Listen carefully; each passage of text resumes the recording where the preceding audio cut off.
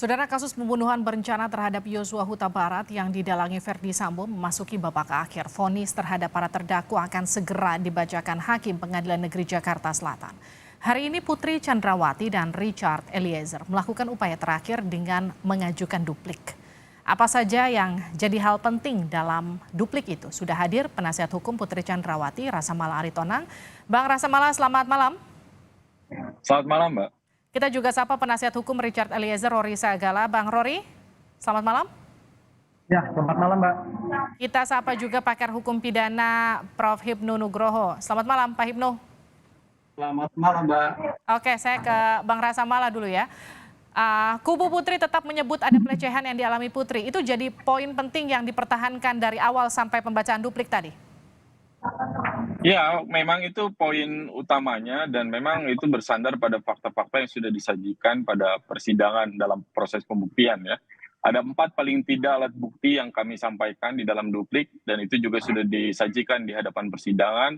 4 alat bukti tersebut terdiri dari keterangan saksi-saksi, diantaranya saksi Susi, saksi Kuat Ma'ruf, kemudian saksi Richard juga Ricky yang melihat kejadian pasca setelah terjadinya kekerasan seksual di dalam kamar pada tanggal 7 tersebut.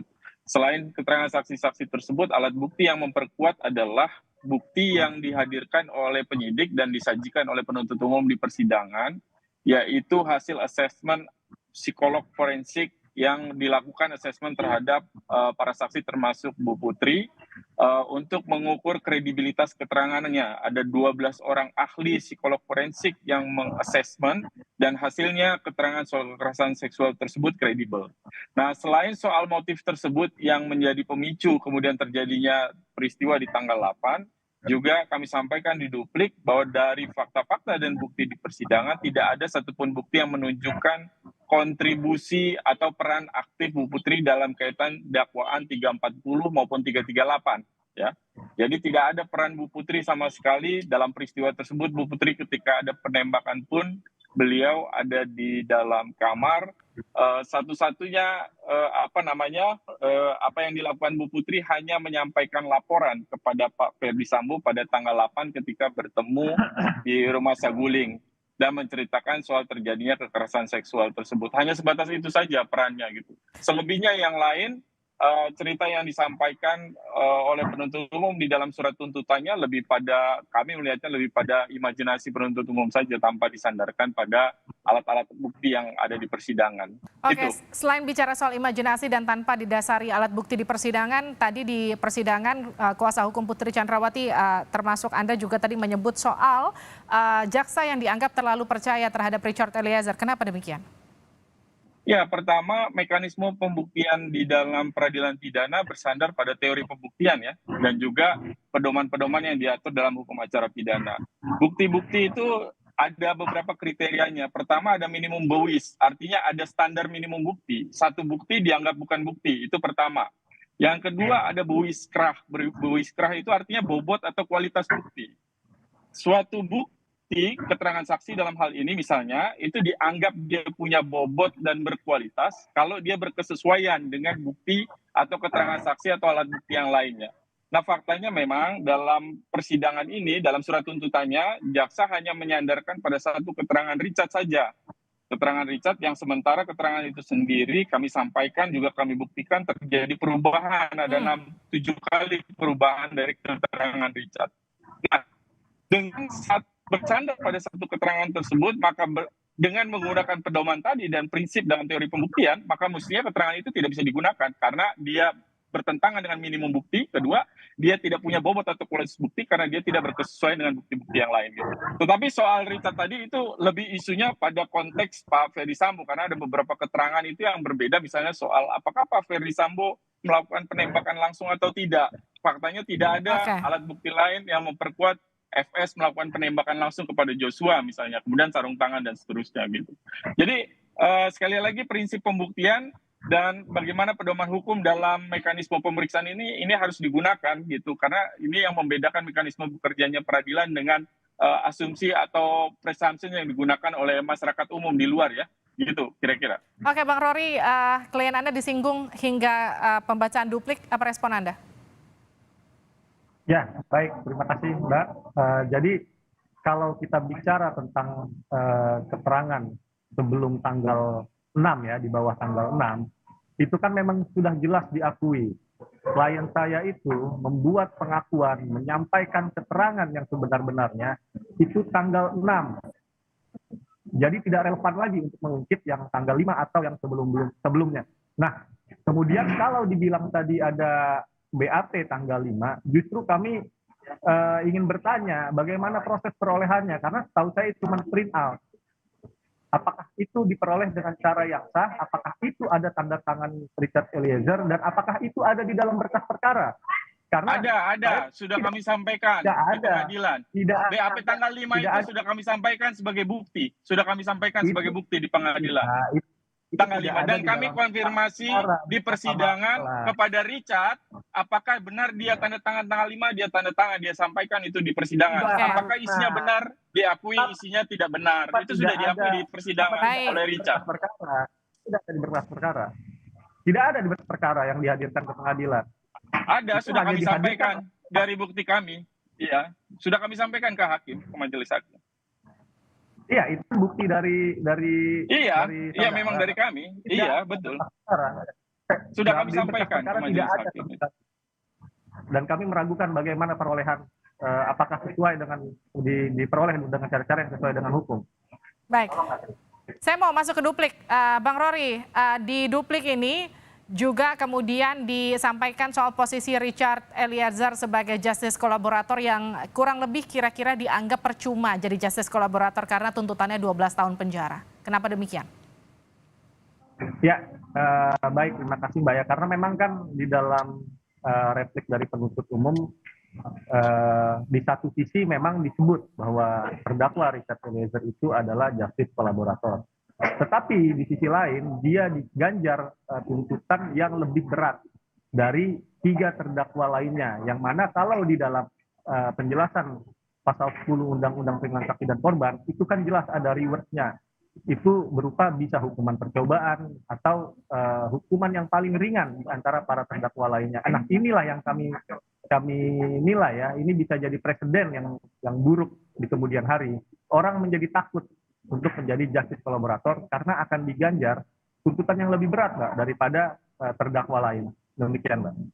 Saya ke Prof. Hipnu. Prof. Hipnu, bagaimana Anda melihat 2 duplik dari 2 terdakwa ini? Ya, ini suatu yang luar biasa, Mbak. Jadi kalau peradilan pidana kita itu kan merupakan unsur yang pertama, peradilan terbuka untuk umum. Ini terbuka untuk umum luar biasa. Semua media meliput, cetak, elektronik. Kemudian yang kedua adalah unsur pembuktian. Tadi Bang Rasa Mala mengatakan bahwa semua alat-alat forensik, scientific crime investigation keluar semua. Kedokteran forensik, digital forensik, kemudian psikologi forensik yang melihat karena terkait perilaku. Dan yang ketiga adalah unsur pembelaan. Konsep pembelaan ini yang memberikan ruang utuh, Mbak. Saya melihatnya seperti itu. Jadi majelis memberikan suatu yang utuh kepada para penasihat hukum untuk memberikan suatu pembelaan yang bulat dan waktu yang cukup. Dan ini suatu yang menarik, karena ini adalah suatu peradilan negara, Mbak. Kalau kita lihat Bang Rasa Mala tadi kan mengatakan bahwa jaksa itu negara punya waktu yang penuh, hakim juga negara punya waktu yang penuh, polisi yang juga punya waktu negara yang penuh. Nah, sekarang patranya, bagaimana tersangka, bagaimana terdakwa? Disinilah saya kira konsep replik duplik yang disampaikan pada hari ini, kalau ibarat suatu penelitian itu sudah masuk fokusnya. Tadi Bang Rasa Mala fokus pada terkait dengan peran Bu Putri. Ya, itu suatu yang penting karena kehendak itu suatu yang mutlak harus ada. Kemudian keberadaan Bu Putri, kan itu loh. Mas Rory juga demikian juga. Bagaimana tentang GC? Apakah ini GC itu GC atau tidak?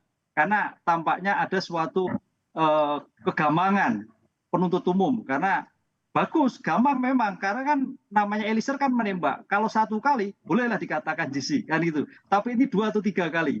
Tapi kembali ke konsep bahwa GC itu tidak melihat pelakunya, yang penting bukan pelaku utama. Nah, disinilah nanti majelis akan melihat dari berbagai sisi, Pak. Sisi penuntut umum, sisi penasihat hukum yang merupakan posisi yang berbeda, objektif, subjektif. Disinilah dicari nanti garis arahnya pada keputusan yang betul-betul bulat untuk kepentingan keadilan masyarakat maupun keadilan para korban yang terjadi. Prof. Di Hipnu, sini sudah tidak mudah. baik. Ya, Silakan dilanjutkan. ya di sini yang tidak mudah karena pembuktian ini pembuktian saintifik, bukan pembuktian yang manual. Makanya tadi yang disampaikan oleh Bang Rasa Mala, saya salut tadi memberikan data-data akurat yang jelas. Kemudian Bang Rory juga demikian, data-data yuridis yang jelas. Ya. Tapi karena tuntutan ini tuntutan yang menjadikan suatu yang polemik di masyarakat, hakim harus hati-hati. Apalagi yang sekarang ada isu-isu gerakan bawah tanah. Ini suatu yang tidak model. Karena terakhir dari 4 unsur tadi adalah satu adalah independensi suatu peradilan. Jadi kalau keempat unsur itu bisa dilakukan, Mbak, insya Allah due process of law yang dikembangkan, yang diinginkan dalam suatu proses peradilan kita itu akan berjalan baik dan bisa diterima sehingga perkara ini tidak sampai berlarut-larut pada banding, kasasi, PK, kan itu. Ini yang kita tidak inginkan seperti itu. Sebagai pakar hukum pidana, bagaimana Anda membaca duplik dari kedua terdakwa ini? Seberapa kuat duplik ini bisa meloloskan mereka dari jeratan hukum? Ya, duplik adalah pikiran dari subjektif penasihat hukum. Jadi kalau berpikir sebagai penasihat hukum ya harus berpikir lolos, kan itu kan, berpikir maksimal. Tapi cukup kuat nggak isi dupliknya? Ya, kita bicara pembuktian. Makanya isi duplik ini sebetulnya menguatkan kembali apa yang dilakukan pembelaan Bang Rasa Mala, Mas Rory. Itu mengulang kembali dan memfokuskan kepada penuntut umum ini loh yang terkait dengan peran. Ini yang terkait dengan JC. Itu mengingatkan. Jadi yang kemarin ibaratkan 1000 halaman itu bisa dituntaskan hanya 20 halaman. Itu makanya kemarin penuntut umum juga menjawab 29 halaman. Ini ikhtisar dari apa yang kita diskusikan di dalam suatu persidangan. Begitu, Mbak. Bang Rasa Mala, poin penting apa selain tadi Anda katakan terkait motif, terkait dengan pelecehan yang dikuatkan sebagai argumen dari Putri Chandrawati dari awal sampai akhir ini yang kemudian bisa membuat Putri bebas dari jeratan hukum? Ya, tentu kan pembuktian unsur-unsur apa yang didakwakan oleh jaksa penuntut umum. Kalau yang didakwakan 340, 338, maka unsur dengan sengaja sebelumnya dan dengan rencana sebelumnya menghilangkan nyawa orang lain dalam hal ini korban Joshua itu kan harus dibuktikan. Nah, di dalam duplik kami sampaikan fakta-fakta dan bukti persidangan itu tidak ada menunjukkan kontribusi Ibu Putri Chandrawati sebagai terdakwa dalam konteks unsur-unsur yang tadi saya sampaikan. Misalnya dalam hal apa Bu Putri menyusun rencana, dia tidak ada menyusun rencana apapun karena dia hanya melaporkan, kemudian dia masuk ke dalam dan berdiam di dalam kamar. Kemudian di dalam konteks kesengajaan, karena ini digunakan 55 ayat 1 ke 1 bersama-sama, maka harus ada double offset di antara pelaku. Artinya kesengajaan yang double, ada meeting of mind di antara pelaku yang memang punya kesamaan persepsi harus menghabisi nyawa si korban dalam hal ini Joshua. Nah, tidak ada fakta dan bukti persidangan yang menunjukkan bahwa Bu Putri punya maksud, punya kesengajaan, punya kesamaan persepsi meeting of mind untuk menghabisi nyawa korban dalam hal ini Joshua. Apalagi dikuatkan ketika kejadian di tanggal 7 misalnya, Bu Putri sempat memanggil dan meminta Joshua justru untuk resign, untuk mengundurkan diri.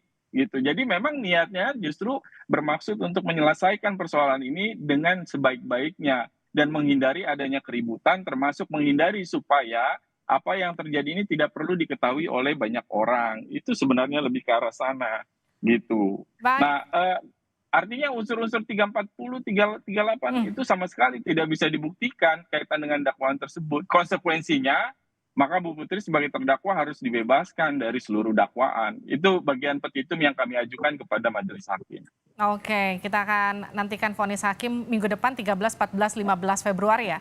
Terima kasih penasihat hukum Putri Chandrawati, Rasa Mala Aritonang, penasihat hukum Richard Eliezer, Rory Sagala, dan pakar hukum pidana Hipnu Nugroho telah bergabung bersama kami di Sapa Indonesia malam.